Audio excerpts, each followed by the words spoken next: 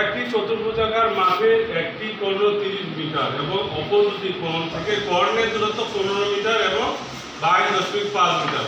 চতুর্ভুজাকার ক্ষেত্রের ক্ষেত্রফল নির্ণয় করো। দেখো এটা একটা চতুর্ভুজাকার মাঠ, এই মাঠটাতে দুইটা ত্রিভুজ আছে, এই পাশে একটা এই পাশে একটা, কিন্তু একটা কর্ণ হলো 30 মিটার, এই 30 মিটার। হ্যাঁ, এই কোণ থেকে তার হলো একটা কর্ণ দেওয়া আছে হলো 22.5 মিটার, আরেকটা দেওয়া আছে 15 মিটার।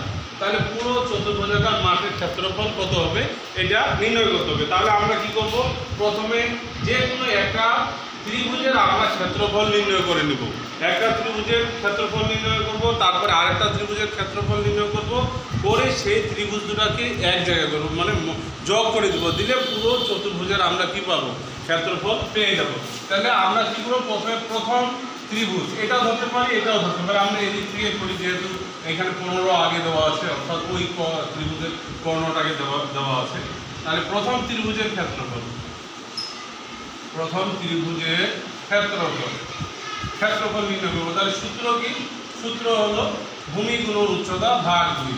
এটা আমরা লিখব, ভূমি গুণন উচ্চতা ব্র্যাকেট দিয়ে দেয়, আর ভাগ হলো 2।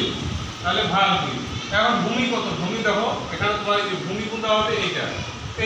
তাহলে এইখানে ভূমি হলো 15, প্রথম ত্রিভুজ আমরা এইটাকে ধরলাম, ভূমি 15, উচ্চতা হলো 30 মিটার। হ্যাঁ, তাহলে উচ্চতা হলো 30 মিটার, ব্র্যাকেট করবো ভাগ 2। হ্যাঁ, তাহলে এখানে দেখো মিটার দুটো গুণ হচ্ছে, তাহলে কি হবে, বর্গ মিটার হবে।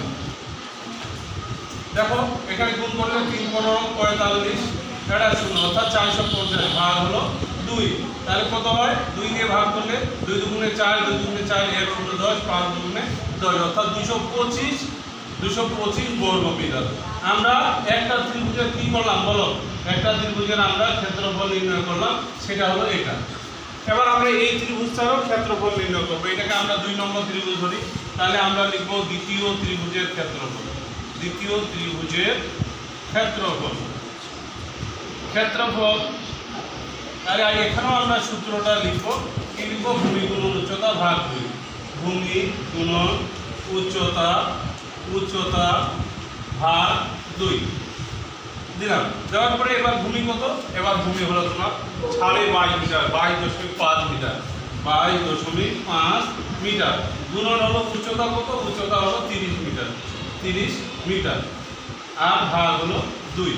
তাহলে এখানে আমরা গুণ করি, এটা দিয়ে আমরা 16টাকে পরে দেখতেছি বা 10টাকে পরে দেখি। 3 5 15, 3 দুগুণে 6, হাতে 1 7, 3 দুগুণে 6, একটা 0 ছিল, 0টা দিলাম, দশমিক একটার আগে, একটা অঙ্কের আগে, পিছন দিক থেকে একটা অঙ্কের আগে দিলাম, ভাগ হলো 2। তাহলে কত হয়, এবার 2 দিয়ে এটাকে আমরা ভাগ করি, 2 দিয়ে ভাগ করলে কি হবে, 3 দুগুণে 6, 3 দুগুণে 6, 1 15, 7 দুগুণে 14, 10 দিনে 1 0 10, 5 দুগুণে 10, অর্থাৎ 337.5 বর্গ মিটার। এখানে আমরা বর্গ মিটার লিখব, বর্গ মিটার। তাহলে আমরা প্রথম ত্রিভুজটার ক্ষেত্রফল পাইছি 225 বর্গ মিটার, এবং দ্বিতীয় ত্রিভুজটার ক্ষেত্রফল আমরা পেয়েছি 337.5 বর্গ মিটার। তাহলে দুটা ত্রিভুজ মিলে চতুর্ভুজটা, তাহলে চতুর্ভুজটার ক্ষেত্রফল কত, অতএব আমরা এখানে দুটা ত্রিভুজের সমন্বয়ে গঠিত চতুর্ভুজের ক্ষেত্রফল আমরা এখন লিখব চতুর্ভুজের, অতএব চতুর্ভুজাকার মাঠের ক্ষেত্রফল। হ্যাঁ, এটাও লিখতে পারি, চতুর্ভুজাকার মাঠের ক্ষেত্রফল দিয়ে আমরা দুটা ত্রিভুজের ক্ষেত্রফলটা যোগ করে দেব।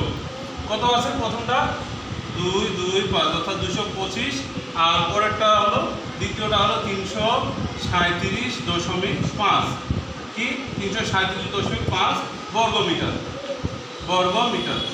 তাহলে দুটাকে যোগ করে দেই, দেখো তোমাদের দশমিকের পরের অংশ এটা তো থেকেই যাবে। এখন 7 5 12 2, হাতে 1, 3 2 5, হাতে 6, আর 3 2 5, অর্থাৎ 562.5 বর্গ মিটার, 562.5 বর্গ মিটার।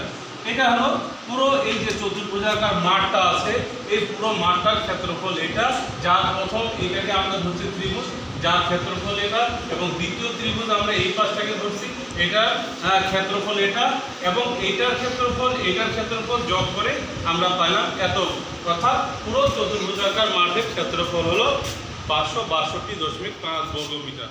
নিশ্চয় বুঝতে